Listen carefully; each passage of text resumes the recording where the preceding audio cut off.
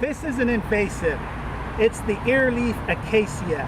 It's an exotic, invasive, and not good, no good for South Florida.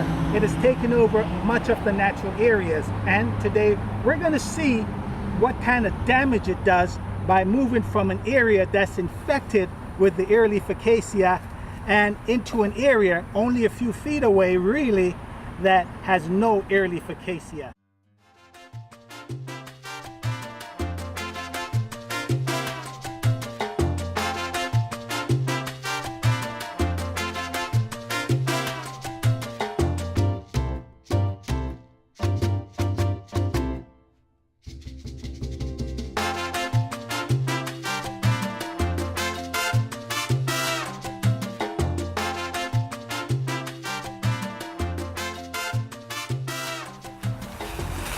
Look what we have here. Nothing but a bunch of Earleaf Acacia leaves.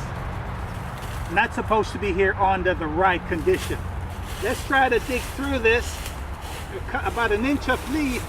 And what do we have here? See this here? Lots of fine fibrous roots from the trees and little seedlings of the Earleaf Acacia.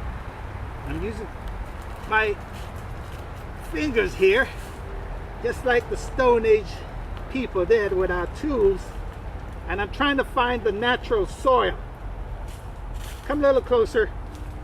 See? I can't find the natural soil, and I'm ripping through these roots. So, what can we learn here? The roots here from the Earleaf Acacia is forming a barrier, and you notice here, there is not really nothing else that grows here. Let's keep going. We got to get past these Earleaf Acacia, and we've just broken free of the area that is predominantly Earleaf Acacia, and now we're into the natural little jog here, sandy scrubland of what this place was originally. Take a look at this. Can you believe that? And look at the soil right here. What we have here, you see no Earleaf Acacia litter. Instead, look at this sand. This is the natural soil. There's no competition right here with the Earleaf Acacia. So the floral habitat has to be totally different. And this is really what we want to preserve. This is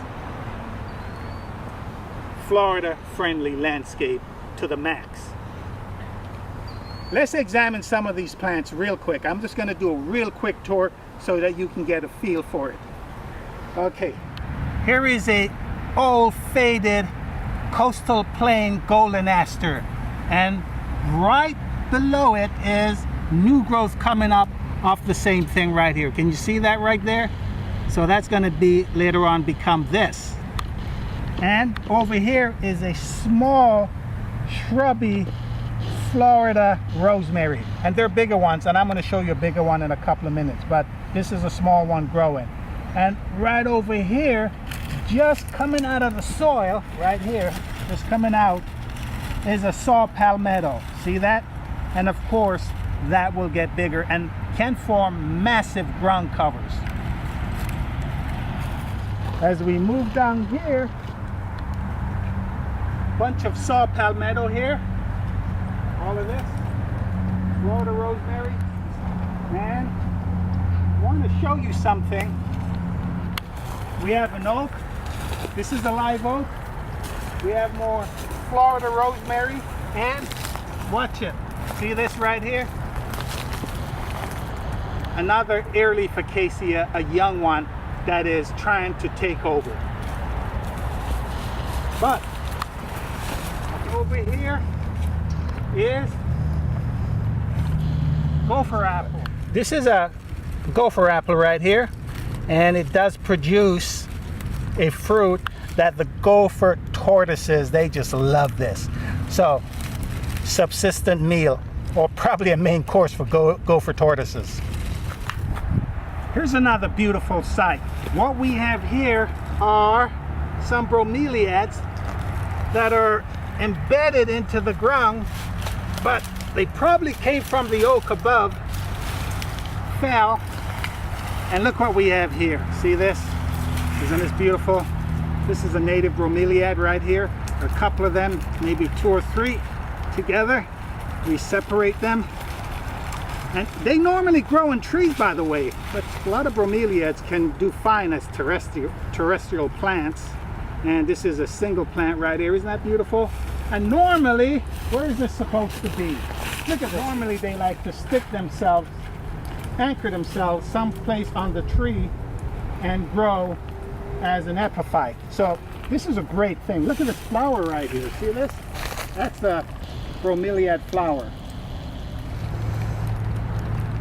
There we have it. Stephen Brown in Lee County, Extension Agent, and we'll be seeing you again very soon. Stick around.